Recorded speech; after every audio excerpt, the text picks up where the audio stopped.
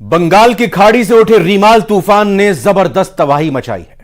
रीमाल बंगाल के तट पर 120 किलोमीटर की गति से टकराया और इससे जो तबाही मची उसमें 7 लोगों की मौत हो चुकी है। बंगाल से बांग्लादेश तक इसने भयंकर तबाही मचाई है। बंगाल में कई जगह पेड़ उखड़ गए हैं, जबरदस्त बारिश हुई है। आज ये शांत होकर आगे बढ़ गया है, लेकिन अब बिहार के कई जगहों पर तेज बारिश और तूफान का अलर्ट है। आइए इस रिपोर्ट में देखते हैं।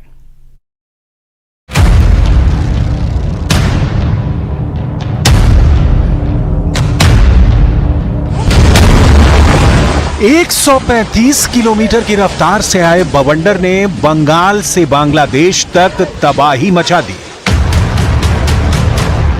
समंदर में उठे इस तूफान की पहली डरावनी तस्वीर जिसने भी देखी उससे अंदाजा हो गया था कि रीमाल अपने साथ कितनी बर्बादी लाने वाला है। तैयारी पूरी थी, लेकिन जब कुदरत हमला करती है तो उससे बचना मुश्किल होता है।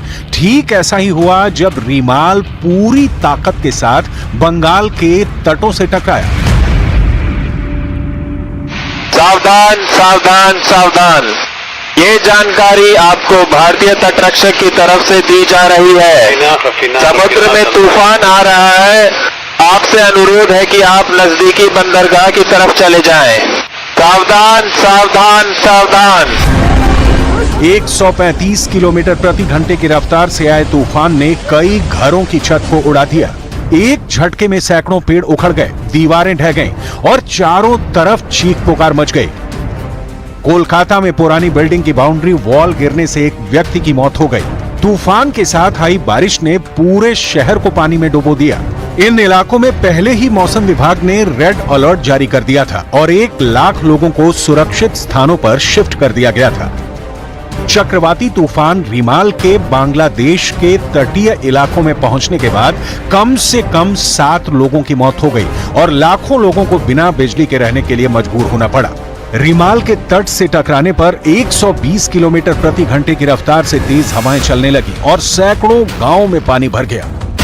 One death has taken place in Kolkata due to wall collapse, and there have been uprooting of trees due to rains and heavy winds, and that the restoration work is under progress. NDRF teams are deployed. 14 teams are deployed in major affected areas. Bengal के दीघा में भी डरावनी लहरें दिखाई थीं। जैसे ही चक्रवात रीमाल आया, बारिश की मोटी चादर से समुद्र तट धुंधला हो गया। पानी का तेज बहाव मछली पकड़ने वाली नौकाओं को अंदर तक बहा ले गया। निचले इलाकों में मिट्टी और फूस के घरों को तबाह कर दिया और खेतों में पानी भर गए। हावड़ा में तो तूफान का खौफ ऐसा था कि वहां रेलवे स्टेशन पर ट्रेन के पहियों को चेन से बांध दिया गया था। रेलवे अधिकारियों को आशंका थी कि 135 किलोमीटर की रफ्तार से आए तूफान कोच को भी डिरेल कर सकता है। रीमाल को लेकर मौसम विभाग ने एक और अलर्ट जारी किया है। यह अलर्ट बिहार को लेकर जारी किया गया है।